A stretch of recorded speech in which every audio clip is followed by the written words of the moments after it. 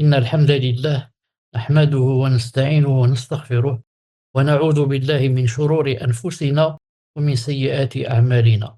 من يهده الله فلا مضل له ومن يضلله فلا هادي له، وأشهد أن لا إله إلا الله وحده لا شريك له، وأشهد أن محمدا صلى الله عليه وسلم عبده ورسوله. يا أيها الذين آمنوا اتقوا الله حق تقاته ولا تموتن إلا وأنتم مسلمون. يا أيها الناس اتقوا ربكم الذي خلقكم من نفس واحدة وخلق منها زوجها وبث منهما رجالا كثيرا ونساء، واتقوا الله الذي تساءلون به والأرحام إن الله كان عليكم رقيبا. يا أيها الذين آمنوا اتقوا الله وقولوا قولا سديدا يصلح لكم أعمالكم ويغفر لكم ذنوبكم، ومن يطع الله ورسوله فقد فاز فوزا عظيما. ألا إن أصدق الكلام كلام الله، وخير الهدي هدي محمد صلى الله عليه وسلم، وشر الأمور محدثاتها وكل محدثة بدعة وكل بدعة ضلالة وكل ضلالة في النار. أما بعد، حياكم الله جميعا. تفضل أخ سمير. بارك الله فيكم شيخ، جزاكم الله خيرا. بسم الله والحمد لله والصلاة والسلام على نبينا محمد وعلى آله وأصحابه أجمعين.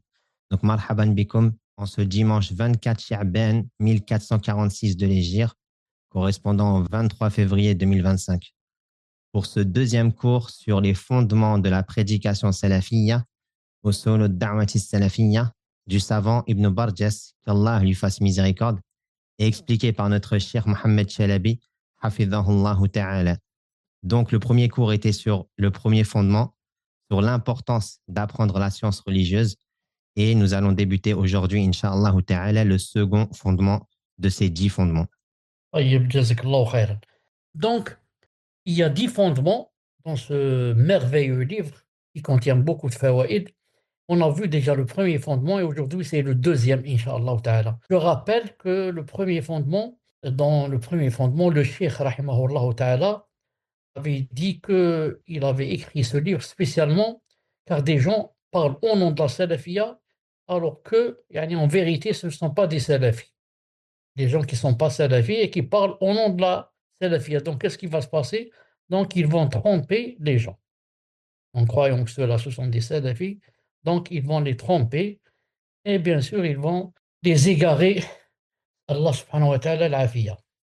Et il a dit la deuxième cause, c'est que certains gens se cachent derrière les grands savants salafis, comme Ibn Taymiyyah, comme Ibn al-Qayyim, comme Ibn Kathir, comme Ibn Abbas, Ibn Uthaymin de nos temps, naam, pour faire passer leur da'wah.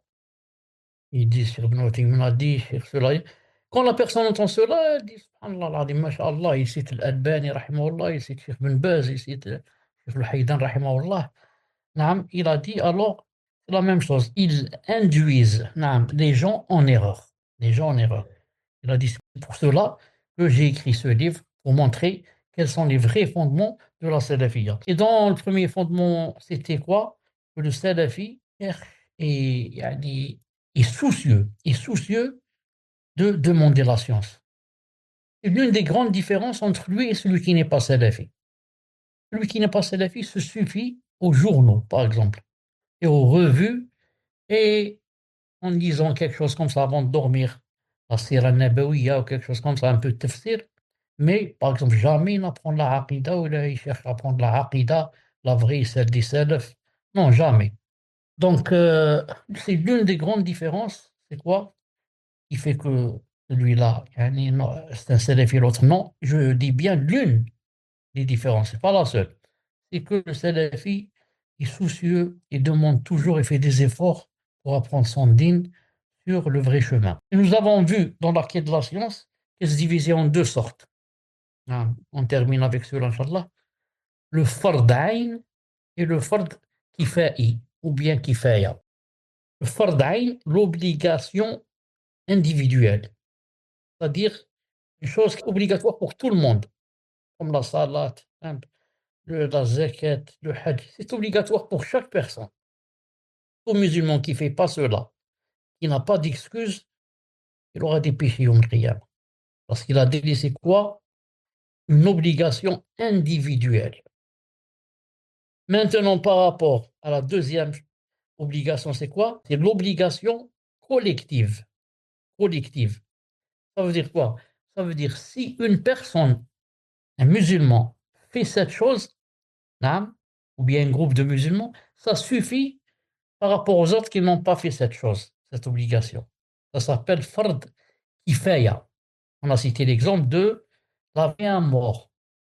Ce n'est pas tous les musulmans qui vont le laver, mais ceux qui sont yani, devant lui ou là dans le village où il est mort. Ou là. Naam. Par exemple, l'enterrer. Naam. Certains citent aussi Salat Koussouf. Naam. Je dis, c'est ça la différence entre l'obligation yani, individuelle et l'obligation collective. Individuelle, musulman doit la faire. Collective, certains musulmans la font, ça suffit pour les autres. Et ces musulmans qui font cette chose, font cette obligation collective, quand ils la font, ils ont des récompenses, bien sûr. Naam. Et les autres qui ne l'ont pas faite n'ont pas de péché. Pourquoi? Parce que ce n'est pas une obligation individuelle, mais c'est une obligation collective. Reste que des fois, naam, des fois, l'obligation collective, qui n'est pas individuelle, peut devenir une obligation individuelle. Exemple, dans un petit village, il y a quelqu'un qui est mort. Il y a seulement 2 personnes qui sont musulmans. Tous les autres, c'est des koffars. On a dit que le fait de laver le mort ou de l'enterrer n'est pas une obligation individuelle, mais collective. Mais ici, il n'y a que ces 2 personnes qui sont yani, musulmans. Maintenant, ça leur incombe. Ça devient pour eux une obligation individuelle d'aller laver ce mort et de l'enterrer. Ça devient quoi? Une obligation individuelle. Alors qu'à la base, c'était quoi? C'était collectif. C'est-à-dire, s'ils étaient par exemple 20 musulmans dans ce village, 3 suffisent pour, yani, pour le laver et d'aller l'enterrer.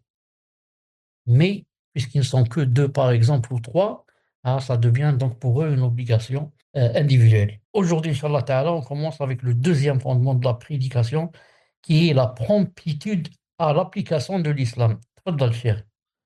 Akla fait comme Cheikh Hassan Allah alaykoum. Le deuxième fondement, la promptitude à l'application de l'islam. Cette promptitude englobe le désir ardent d'accomplir les obligations religieuses telles que les 5 prières, la bienfaisance envers les parents et autres. De même qu'il a le désir ardent de mettre en pratique la sunna et de la faire revivre autant que le musulman le peut, comme les prières surérogatoires, le witr, la prière nocturne, les aumônes et autres. Il a le désir ardent de les accomplir. Taïeb. Donc, le deuxième fondement, c'est quoi? C'est que le salafi, il est prompt à quoi?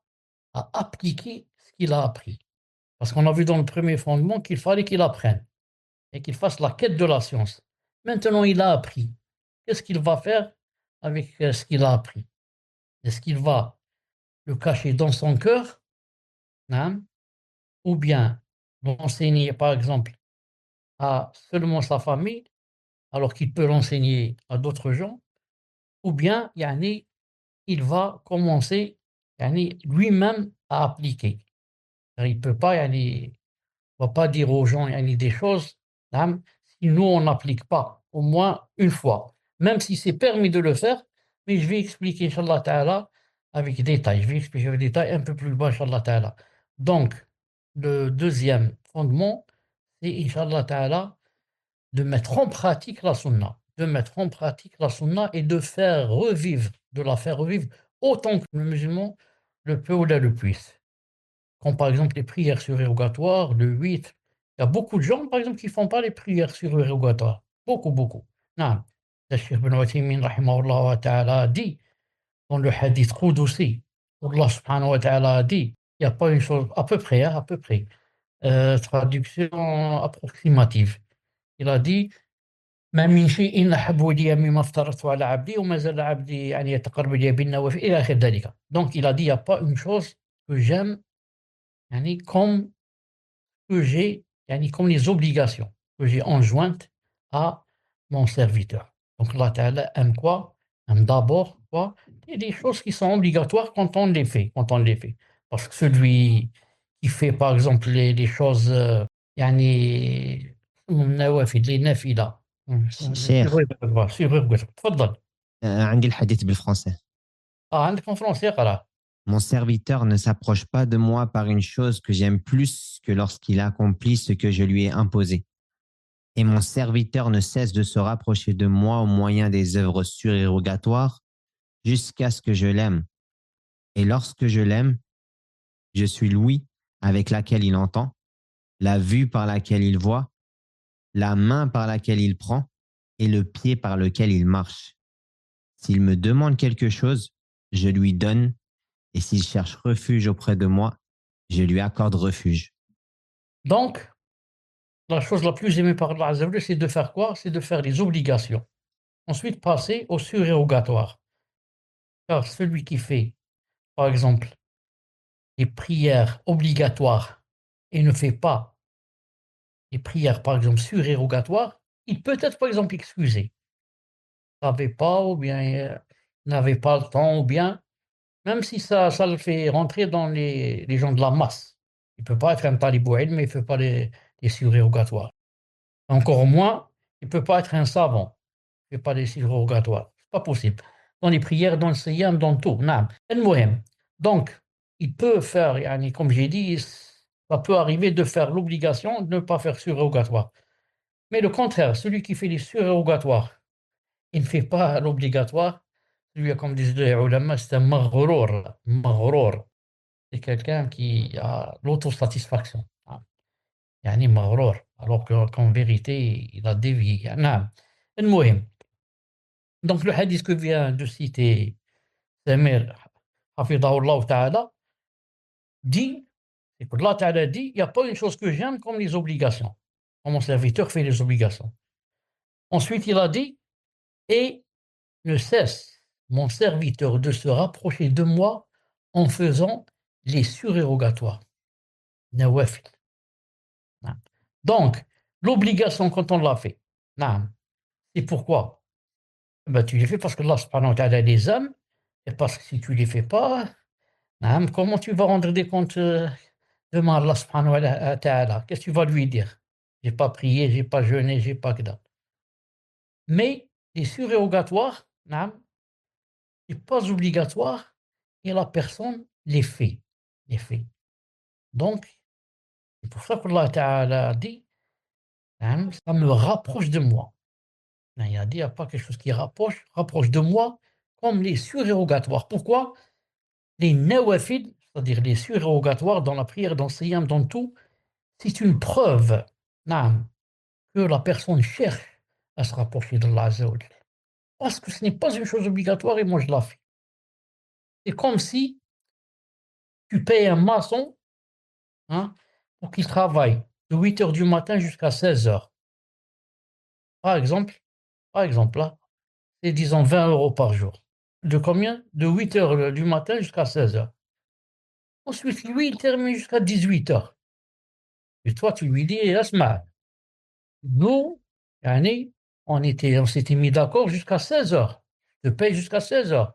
Il te dit non, à des 2 heures, yani, c'est surrogatoire, c'est de ma part, c'est yani, juste siada. Yani, je demande rien en contrepartie. Donc, qu'est-ce que tu dis, toi? Tu dis, subhanallah, al-azim. Hada, il est masha'Allah. Hada, même, je peux dire qu'il m'aime. Non, oh, regarde, il fait des choses pour moi, yani, sans demander d'argent. Sauf Allah subhanahu wa ta'ala, quand tu fais des choses obligatoires, il a dit: «Ça te rapproche de moi, ça te rapproche de moi» et ensuite, si tu te rapproches de lui, qu'est-ce qui se passe? Il te donne cette faveur en faisant les nawafil pour que tu te rapproches de lui. Qu'est-ce qui va se passer? Il a dit: «Je serai» par quoi il a commencé le hadith? Par Par Louis, سمعه. Sam'a. طيب. Donc il a dit: «Je serai son oui, je serai ce» c'est-à-dire quoi? C'est-à-dire que il va, comme a dit Cheikh Ibn Uthaymin, c'est Allah subhanahu wa ta'ala qui va commander tes yeux. Naam. Tu vas ne voir que ce qu'il aime. Si tu veux voir par exemple quelque chose de mauvais, par exemple, sur internet ou là, il te fait il te dissuade. Mais tu fermes cette chose, tu vois pas et alhamdoulilah, j'ai pas vu. Si tu veux entendre quelque chose, il a dit aussi, son oui. C'est-à-dire tu veux entendre quelque chose ou là, hein, il te détourne, tu n'entends pas le haram, tu n'entends pas la musique, tu n'entends pas la riba, tu n'entends pas la calomnie. Alhamdoulilah, il a disturé sa main avec laquelle il prend. Sa main qui prenait par exemple des choses haram ou là, il va alhamdoulilah, te dissuader pour que tu ne prennes que qui plaît à Allah Azza wa Jal et il a dit la même chose pour les pieds, hein. Il va les commander de façon à ce que tu n'ailles qu'avec tes pieds, que dans les endroits aimés par Allah subhanahu wa ta'ala. Tu n'iras plus au bar, tu n'iras plus aux discothèques, tu n'iras plus chez ton ami, tu n'iras plus, alhamdoulilah, ton ami avec IE si tu es un homme et avec I si tu es une sœur.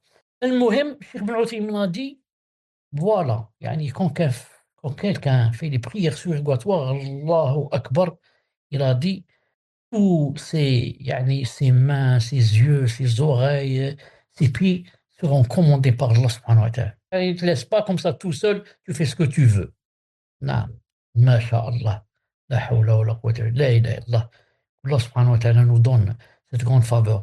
C'est pour ça, Cheikh Ibn Uthaymin a terminé ça c'est pour cela que, ça c'est Cheikh Ibn Uthaymin qui dit, rahimahullah, c'est pour cela que si tu vois quelqu'un, نعم, un mu'min, نعم, qui fait des grands péchés, il fait toujours la zina, il boit toujours de l'alcool, toujours il ment, il vole, il ceci, il a dit alors sache que c'est quelqu'un qui ne fait pas les adorations surrogatoires. Sache que c'est quelqu'un qui ne fait pas les adorations surérogatoires. Pourquoi? Parce que le hadith a dit que celui qui fait les nawafil, Allah subhanahu wa ta'ala, c'est lui qui le commande. Et commande ses mains, ses pieds, ses yeux et ses oreilles. نعم تفضل. Barakallahu fikum, Cheikh Ahsanallahu alaykum. Abu Abdirrahman as-Sulami, qu'Allah lui fasse miséricorde, a dit: ceux qui nous ont appris le Coran, c'est-à-dire les compagnons, apprenaient du messager d'Allah alayhi salatu wassalam. Quand ils apprenaient divers versets, ils ne les dépassaient pas avant d'avoir œuvré avec ce qu'ils impliquent comme œuvre. Ainsi, nous avons appris le Coran et les œuvres ensemble. C'est très important. Abdurrahman Soulami, rahimahullah ta'ala, qu'est-ce qu'il a dit? Ceux qui nous ont appris le Coran, c'est-à-dire les Sahaba, les compagnons, apprenaient du messager d'Allah sallallahu alayhi wa sallam. Non, direct. Allah al-Azim. Direct, il n'y a pas d'intermédiaire. Quand ils apprenaient 10 versets, ils s'arrêtaient. Ils ne les dépassaient pas avant d'avoir œuvré avec ce qu'ils impliquent comme œuvre. Ainsi, nous avons appris le Coran et les œuvres ensemble. Beaucoup de gens, par exemple, son but, c'est d'apprendre tout le Coran. Mais de ce qu'il a appris, il n'applique que très peu de choses de ce qu'il a appris. C'est bien que quelqu'un apprenne tout le Coran. Par exemple, quand il est jeune, il est petit, 6 ans, 8 ans, 10 ans, 20, il n'est pas obligatoire pour lui d'appliquer ce qu'il fait. Mais c'est bien à cet âge, alhamdoulilah, c'est facile, il a la tête vide, il apprend vite. Naam. Et quand il va grandir, c'est difficile. Il y a la famille, il y a les enfants, l'école, il y a ceci, mouhim, 1000 choses. Alors ça va le gêner pour apprendre beaucoup. Mais l'essentiel, c'est quoi? Ce n'est pas d'apprendre le Coran, mais de travailler et d'appliquer ce qu'il y a dedans et ce qu'on a appris. Pour ça, il y a un hadith authentique qui dit le Coran hujjatun laka ou hujjatun alik. Le Coran est une preuve pour toi ou bien contre toi. C'est-à-dire pour toi, si tu as appliqué ce qu'il y avait dedans dans le Coran. Et une preuve contre toi si toi, tu n'appliquais pas ce qu'il y avait dedans. C'est pour ça que celui qui dit, par exemple, se trompe beaucoup. Celui qui dit toi, tu connais mieux que celui-là. Celui-là, c'est un cheikh, il connaît tout le Coran. Toi, combien tu connais du Coran? Un hizb, deux hizb, combien? 10. Celui-là, il connaît tout, 60 hizb. Non, il se trompe beaucoup. C'est pas l'essentiel d'apprendre tout le Coran. L'essentiel, c'est d'œuvrer avec. Quand ils apprenaient 10 versets les Sahaba, ils ne dépassaient pas, ils s'arrêtent. Maintenant, viens, on va appliquer ce qu'il y a dans les 10 versets. Hein. Ensuite, on continue. Ainsi, nous avons appris le Coran, alhamdoulilah, et les œuvres ensemble. En même temps, ils ont appliqué ce qu'ils ont lu dans le Coran. Non. Par exemple, je donne un exemple très simple. Par exemple, toi, tu vas prendre le Coran, tu vas arriver au verset "Sariq ou sariqatu faqta'u aydiyahuma jaza'an bima kasaba nakalan min Allah wallahu azizun hakim." Le voleur et la voleuse couper leurs mains pour avoir fait ceci, cela, yani, sans se rapprocher. Et toi, tu lis ça, tu l'as appris, alhamdoulilah, par cœur, tu cites vite le verset. Oui, mais est-ce que tu as arrêté le vol? Il vole toujours. Hein, il vole toujours. Donc, le Coran ici, c'est quoi? C'est une preuve contre toi. Pour ça, je connais une personne qui est morte. Allah Ta'ala lui pardonne, rahimahullah Amin. Ta'ala, subhanahu wa ta'ala, yarham jami' al-mu'minin. Amin. Il m'a dit, moi, j'ai fait exprès. Comme ça, on a discuté une fois. Je lui ai dit, toi, yani, combien tu apprends du Coran? Il m'a dit, moi, j'ai fait exprès de ne pas l'apprendre. J'ai appris seulement avec quoi je prie. Je lui ai dit, pourquoi? Il a dit, comme ça, je n'aurai pas de preuves contre moi.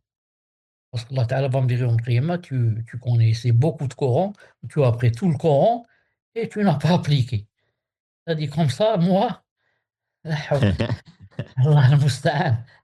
Elle dit, c'est une raison, elle dit, c'est une raison valable. Allah al-Musta'an. Donc cette personne sait d'avance qu'elle ne va pas appliquer. D'avance. C'est une reconnaissance qu'il ne va pas appliquer ce qu'il ne veut pas apprendre. Tfaddal.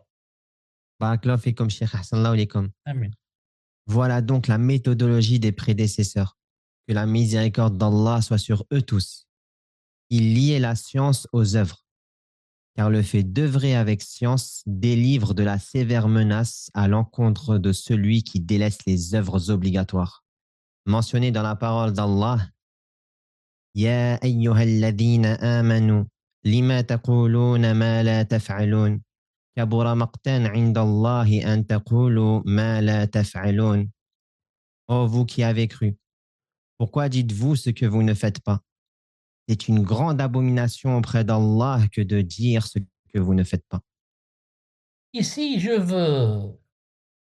veux attirer l'attention sur une chose très importante. C'est quoi? Et que vous remarquez qu'Allah Ta'ala a dit pourquoi vous dites ce que vous ne faites pas. C'est-à-dire que tu dois faire ce que tu dis. Naam. Mais ça ne veut pas dire, comme beaucoup l'ont compris, que alors, puisque je ne fais pas, naam, alors je ne dis pas.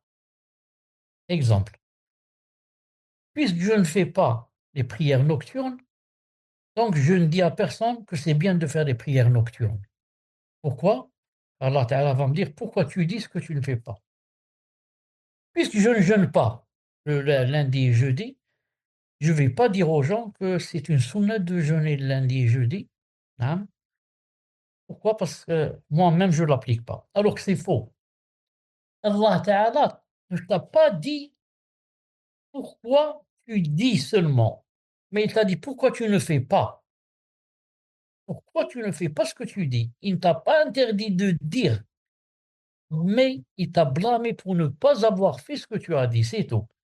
Ça veut dire qu'on peut dire aux gens, hein, ce qu'on ne fait pas, car si tu dis pas maintenant, si on ne va pas dire ce qu'on ne fait pas, ça veut dire que la moitié du din, on ne va pas la propager aux gens. Parce qu'il y a beaucoup de choses qu'on ne fait pas. Beaucoup de nafila, beaucoup de même de choses peut-être obligatoires qu'on ne fait pas. Naam. Et comme ça, le din, yani, il ne va pas être propagé. Donc, on dit aux gens, hein, car c'est obligé, yani, de propager le din pour des choses qu'on connaît. Surtout si on nous pose la question. Est-ce que c'est bien de prier la nuit? Est-ce que c'est bien de jeûner lundi, jeudi? Je vais me taire parce que je jeûne pas et je prie pas. Je vais me taire, je vais dire, je réponds pas car Allah Ta'ala va me dire pourquoi tu ne fais pas ce que tu dis? Non, je dis et j'essaie quoi? De faire cela au moins une fois dans ma vie, si c'est pas obligatoire. Naam. Et je dis, je lui apprends que c'est bien de prier, c'est bien de jeûner et je demande à Allah subhanahu wa ta'ala de pardonner. Naam, et je fais l'istighfar car, vraiment yani j'ai pas appliqué. Mais il faut bien comprendre ce verset, car beaucoup se trompent et croient qu'alors il ne faut pas dire tant qu'on n'applique pas. كمّل. Et œuvrer avec science d'évite de la caractéristique détestable avec laquelle Allah a décrit les Juifs dans sa parole. مثل الذين حملوا التوراة ثم لم يحملوها كمثل الحمار يحمل أسفارا بئس مثل القوم الذين كذبوا بآيات الله والله لا يهدي القوم الظالمين. Ceux qui ont été chargés de la Torah mais qui ne l'ont pas appliquée sont pareils à l'âne qui porte des livres. Quel mauvais exemple que celui de ceux qui traitent de mensonges les versets d'Allah, et Allah ne guide pas les injustes. Naam. Et le fait d'appliquer ce qu'on a appris, ça te donne comme avantage, alhamdoulilah, de ne pas tomber sous la menace. La menace d'Allah Azza wa Jal, lorsqu'il a dit que ceux qui yani n'appliquent pas ce qu'ils font, naam, en parlant des Juifs bien sûr, il a dit, sont pareils à l'âne. Pourquoi? L'âne qui porte des livres, mais l'âne ne sait pas ce qu'il y a dans ces livres. Tu peux mettre sur l'âne, فهمت, à gauche et à droite, de je ne sais pas comment ça s'appelle, qu'on pose sur l'âne. C'est une grande poche à droite, une grande poche à gauche. Tu peux remplir ces deux poches de livres. الشاطبي ابن تيمية ابن كثير الذهبي نعم. Mais est-ce que l'âne, tu vas lui demander qu'est-ce qu'il y a dans les livres et explique-nous un verset du tafsir de Ibn Kathir que tu as sur ton dos. Explique-nous un verset. Il ne peut pas. Quel mauvais exemple que celui de ceux qui traitent des mensonges des versets d'Allah et Allah ne guide pas les injustes. Donc celui qui apprend des choses et ne les applique pas, naam, surtout je parle des choses obligatoires, bien sûr, il ne les applique pas, yani il est sous la menace de quoi? De ressembler aux juifs, naam, qui eux-mêmes ressemblent à l'âne qui porte des livres mais ne comprend rien. Z, et il y a Et il y a dans le fait d'œuvrer avec science l'obtention du but recherché à travers l'étude de la science. C'est pourquoi Al-Fudayl ibn Iyad, qu'Allah lui fasse miséricorde, a dit: le savant ne cessera d'être ignorant de ce qu'il a appris jusqu'à ce qu'il œuvre avec. Quand il œuvrera avec, alors il sera savant. et il y a dans le fait d'œuvrer, de pratiquer, c'est-à-dire ce qu'on a appris avec science, il y a quoi? Il y a l'obtention du but recherché à travers l'étude de la science. Nous, on étudie pourquoi? Il y a un but. Ah, il y a un but yani, pour lequel on a étudié. Il a dit, c'est pourquoi le Fudayl ibn Iyad a dit, le savant ne cesse d'être ignorant de ce qu'il a appris jusqu'à œuvrer avec. C'est-à-dire, si tu apprends des choses et tu ne les pratiques pas, tu ne peux pas dire que j'ai du ilm. Tu es toujours un jahil, tu ne peux pas être un savant. À partir du moment où tu commences à appliquer ce que tu as appris, alors tu deviens un savant. Un savant, c'est-à-dire quelqu'un qui sait, c'est des choses qu'il a apprises. Ce n'est pas le savant, hein, c'est-à-dire Ibn Taymiyyah, rahimahullah. Non. Donc, tant que la personne n'applique pas, c'est toujours un jahil. Même s'il connaît 1000 hadiths et il apprend que le Coran par cœur. Tant qu'il n'applique pas, on ne peut pas dire de lui un savant, tu es un jahil. Alors, le but, c'est quoi? Il a dit ici, le but, c'est d'œuvrer. Pourquoi moi j'ai appris? Pour œuvrer. Si je n'œuvre pas, alors pourquoi j'ai appris? J'ai perdu mon temps, donc. Non. La prédication salafiyya témoigne de l'importance à ce fondement. Elle le prend en considération et incite les gens à s'occuper par cela. En effet, s'occuper par le fait d'œuvrer est meilleur que de s'occuper par ce qui ne comporte aucun bénéfice parmi les paroles permises ou autres. La prédication salafia témoigne de l'importance de ce fondement. Le fondement, c'est quoi? C'est-à-dire de pratiquer ce qu'on a appris. Elle le prend en considération et incite les gens à s'occuper par cela, à s'occuper de pratiquer ce qu'ils ont appris. En effet, s'occuper par le fait d'appliquer est meilleur que de s'occuper parce qu'il ne comporte aucun bénéfice parmi les paroles permises ou autres. Non. Ainsi, si nos jeunes, qu'Allah leur accorde le succès, accomplissaient comme il se doit ce fondement, ils échapperaient à beaucoup de choses qui ne relèvent pas de leurs prérogatives et dont le fait de s'en occuper est une perte de temps, comme le suivi des politiques et l'appel à ce que tous les gens s'en occupent. Ainsi, si nos jeunes, Allah leur accorde le succès, accomplissez comme il se doit ce fondement, c'est-à-dire œuvrer et pratiquer ce qu'ils ont appris, alors ils échapperaient à beaucoup de choses qui ne relèvent pas de leurs prérogatives. Hein, des choses qui ils n'ont rien à voir avec ces choses. Et dont le fait de s'en occuper est une perte de temps. Comme par exemple, suivre les choses qui ont relation avec la politique. Et l'appel à ce que tous les gens s'en occupent, du matin au soir et avec les journaux. Et la politique, on a enlevé tel ministre, c'est l'autre qui l'a remplacé, et ceci, cela. Bon, c'est bien de connaître ce qui se passe dans notre société. Mais je dis que perdre le temps du matin au soir de ne parler que de ça. Non, Cheikh Ben Othaymin lui-même, quand j'ai lu la biographie écrite par son épouse, elle a dit comment qu'il priait, le sobh, ensuite il faisait l'adkar, ensuite elle a dit, je crois qu'il dormait jusqu'à 9 heures ou là, et ensuite il allume la radio. Autrefois, je crois qu'il n'avait pas, je crois, c'est sûr qu'il n'avait pas la télé. Il allume la radio pour entendre ce qui se passe dans le monde. Qu'est-ce qui se passe dans le monde? Parce qu'il se passe des choses, moi je ne sais pas, peut-être les Américains ont décidé de nous attaquer.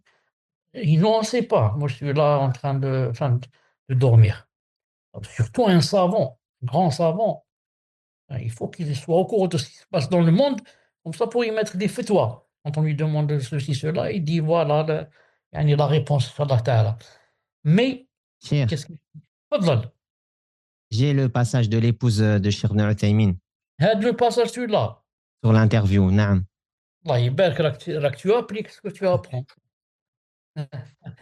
تفضل lis-nous, comme ça ils vont pas dire le cheikh il est en train de dire des choses qui sont pas vraies. Donc, elle dit, nous recevions un des journaux à la maison en cadeau. Il le regardait s'il avait du temps. Des fois, il nous demandait de couper des articles ou des informations importantes afin de les garder. Aussi, il entendait des informations à la radio, surtout pendant le petit déjeuner vers 7 ou 8 heures du matin quand il écoutait soit la station de radio de Coran de Riyad ou la BBC. Donc De plus, je me suis trompé, j'ai dit à 9 heures et elle a dit à 8 heures.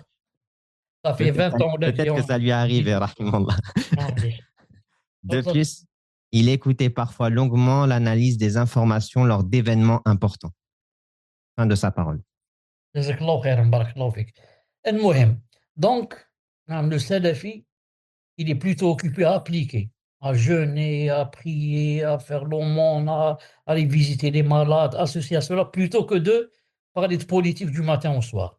Zed, ces affaires, Ses affaires et leurs semblables ne reviennent pas à l'étudiant en sciences, mais elles appartiennent spécialement aux gouverneurs ou à leurs délégués. Quand des groupes de jeunes s'y sont immiscés et se sont mis dans ces affaires au niveau des gouverneurs, leur ignorance est apparue. Leur déviance et leur sottise se sont manifestées car ils se sont fondés sur les histoires des journaux étrangers et des radios mécréantes. Ils ont confiance en eux et il n'y a de force ni de changement qu'en Allah. ça veut dire la hawla wa la quwwata illa billah. Non. Ils Zed, construisent leur jugement sur eux, comme cela est le cas dans la guerre du Golfe. En effet, certains se sont fondés sur ces histoires et sur ce genre de radio. Ainsi, ils ont renversé les musulmans, ont fait entrer l'effroi dans leur cœur, ont divisé leur unité ont déchiré leur discours qui était unifié.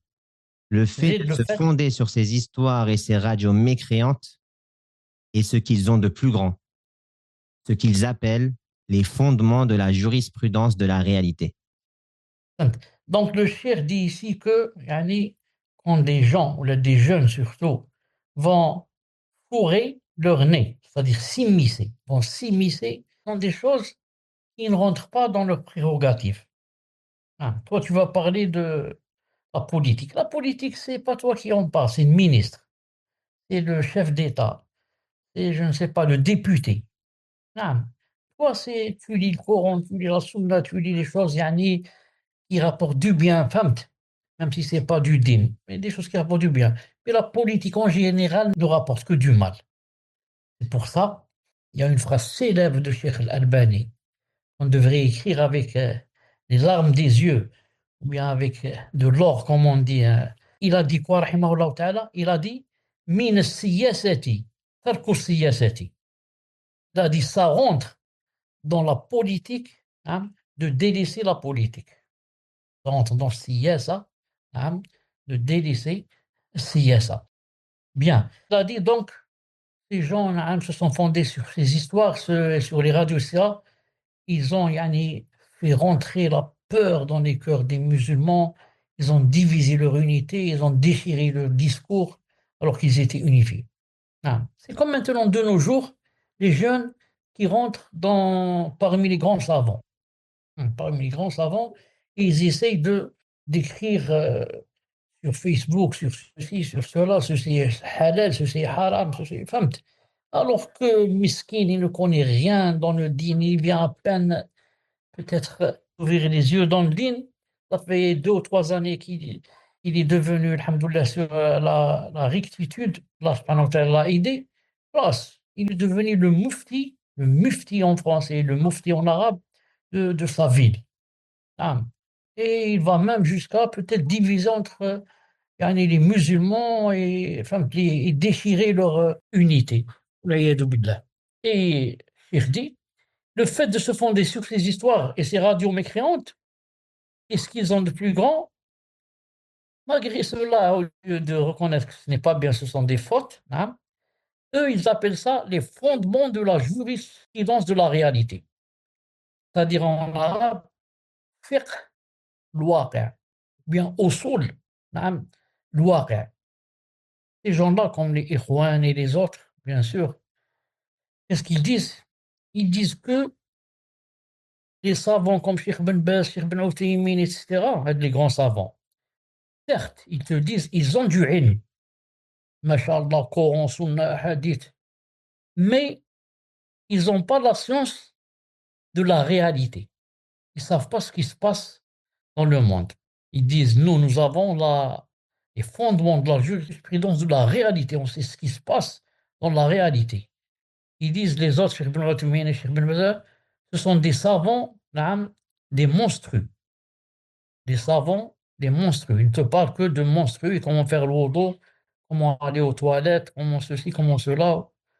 Allah Ta'ala yani, les guide. Allah Ta'ala Amen. les guide. Hmm. Est-ce que quelqu'un il peut connaître la réalité mieux qu'un savant?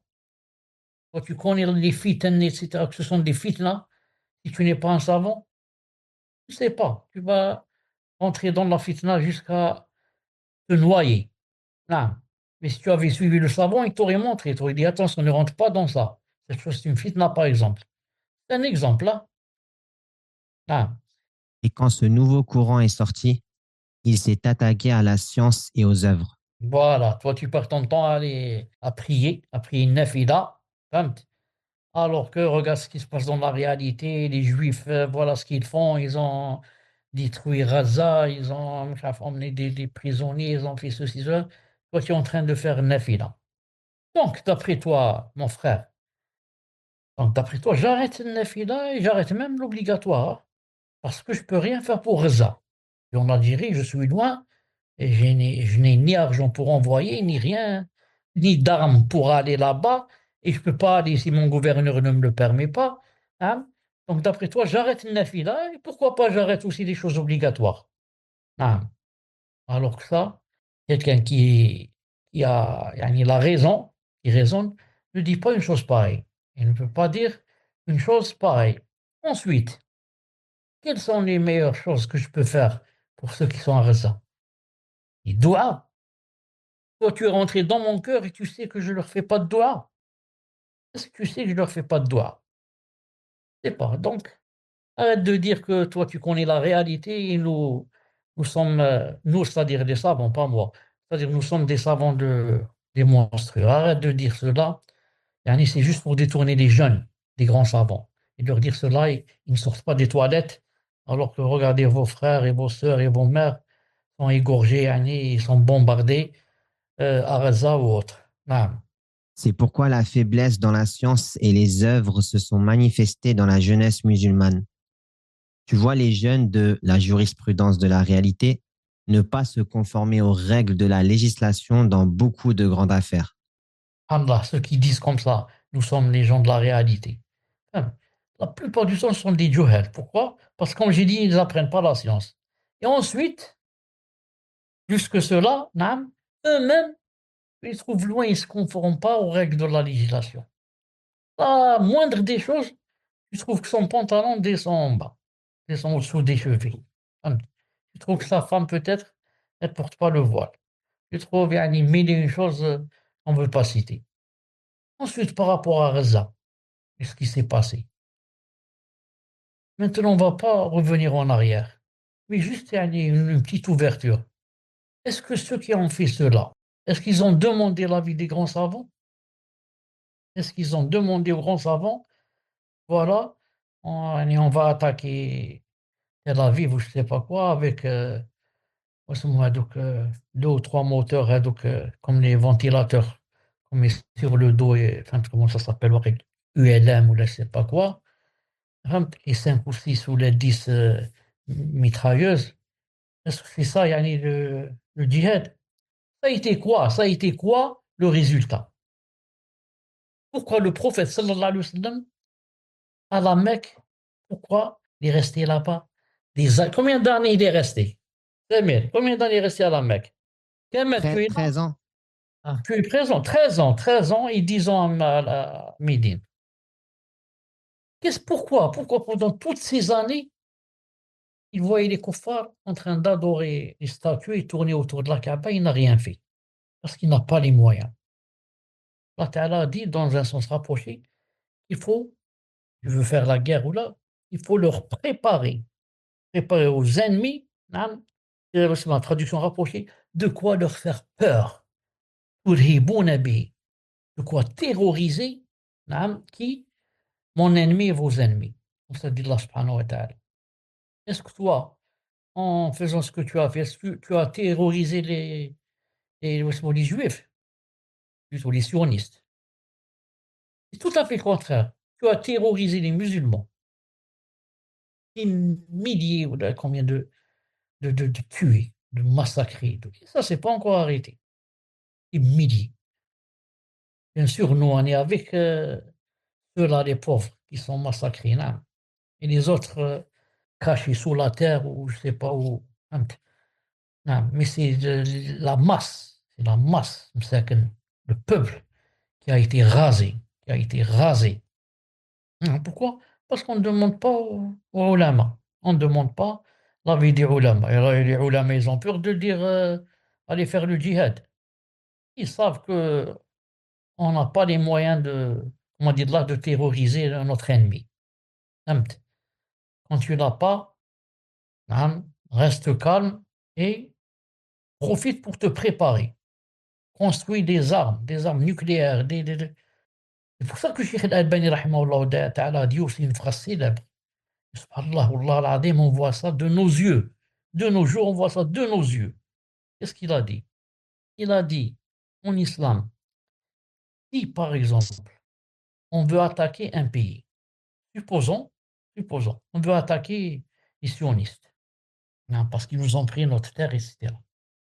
Il a dit, il faut qu'on ait, non, comme yani, force et armes, d'abord la force de la foi et l'arme de la foi. Tu n'as pas la foi, tu ne vas rien faire. L'arme de la foi d'abord Et ce qui est très important, il a dit, et naam, on doit voir cet ennemi si on va l'attaquer, par exemple, quel est le pays auquel il va demander de l'aide yani, en armes et en soldats, etc. Alors on doit aussi avoir naam, la même, yani, les mêmes armes et la même force et la même quantité que le deuxième pays auquel il a fait yani, la demande d'aide. Et c'est ce qui se passe aujourd'hui. Quand tu attaques les sionistes, qu'est-ce qu'ils ont? Ils sont peu, فهمت? Ils sont pas nombreux. Mais eux, c'est qui? Eux, c'est les États-Unis. Eux, quand tu les attaques, directement, ils appellent les États-Unis. Vont leur dire, aidez-nous. C'est ce qui se passe. Peut-être toutes les semaines, ils leur envoient des convois d'armes et des avions, etc., etc. C'est ce qu'on voit de nos yeux jusqu'à déchirer l'Albanie. Donc, toi, avant d'attaquer les Juifs, ou les sionistes, hein, il faut d'abord avoir ce que a les États-Unis comme arme. Et pas, bien sûr, les Juifs. Il faut les deux.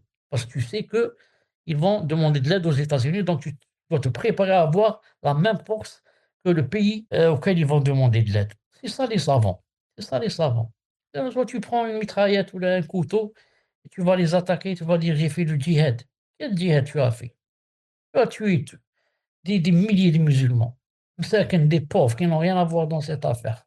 Même maintenant, eux, subhanallah, si vous avez vu des vidéos, les habitants de Gaza, naam, ils disent on ne veut pas ça, on en a marre, on ne veut pas entre parenthèses, ce djihad, ce faux djihad. Laissez-nous tranquilles, vous, yani, vous êtes sous la terre, ou là, j'avoue une cachée, nous, yani, les bombes tombent sur nos têtes. On a perdu nos enfants, nos maris, non, non, non. On en a marre, on ne veut pas cette guerre, on ne veut pas. Subhanallah, Wallah al-Azim, j'ai entendu les Razaouis eux-mêmes qui disent ça. Non, qui disent ça. Maintenant, qu'est-ce qu'on fait? On va revenir en arrière. Ah, là, ce que Allah Ta'ala a écrit est arrivé. Mais il faut prendre des leçons, il faut prendre des leçons de ce qui s'est passé. Et n'oubliez pas vos frères, vos sœurs, vos mères, vos pères qui sont là-bas et qui souffrent. Ne les oubliez pas dans vos doigts, ne les oubliez pas pour ceux qui peuvent leur envoyer de l'argent pour eux, à travers des associations de confiance, de confiance, pas de frères musulmans, de confiance, qui vont faire arriver cet argent là-bas et non pas ils vont en prendre la moitié pour eux. المهم. Le devoir de nos jeunes est de craindre Allah Ta'ala en eux-mêmes et de s'occuper par ce qui leur procure un immense bénéfice dans cette religion et ce bas monde. Quant à s'occuper par ce qui ne comporte aucun bénéfice, à s'immiscer dans ce qui ne relève pas de la spécialité de la personne, alors les conséquences néfastes de cela sont grandes, tout comme cela fait perdre à la personne de nombreuses récompenses et de nombreux biens. Le devoir des jeunes est donc de craindre Allah Ta'ala en eux-mêmes et d'œuvrer selon ce qu'ils ont acquis de la science religieuse afin de réussir dans la religion et la vie d'ici-bas. Voilà, donc, c'est quoi le vrai devoir? C'est d'essayer d'avancer dans sa religion et d'essayer de préparer son paradis dès maintenant, hein, de planter des arbres dans le paradis si Allah Ta'ala nous y fait rentrer, comme dans le hadith que quand tu dis Subhanallah wa bihamdihi, on te plante un arbre dans le paradis. Hein. Donc, c'est ça le vrai salafi, c'est ça le grand devoir. Et ce n'est pas de rentrer dans des affaires qui sont grandes, grandes, beaucoup plus grandes que moi, et dont je ne comprends rien. Des choses qu'on discute au café avec une cigarette. Une cigarette et un thé, on discute. Ils ont fait ceci, ils ont fait cela, ils ont tué celui-ci, ils ont tué celui-là, du matin au soir. Est-ce qu'aujourd'hui tu as lu ton Coran, ton wird? Tu as lu un hizb, une partie. Il y a 60 parties, 60 hizb. Tu as lu tu as lu une partie, une demi-partie, même, la moitié. Aujourd'hui, tu n'as rien lu.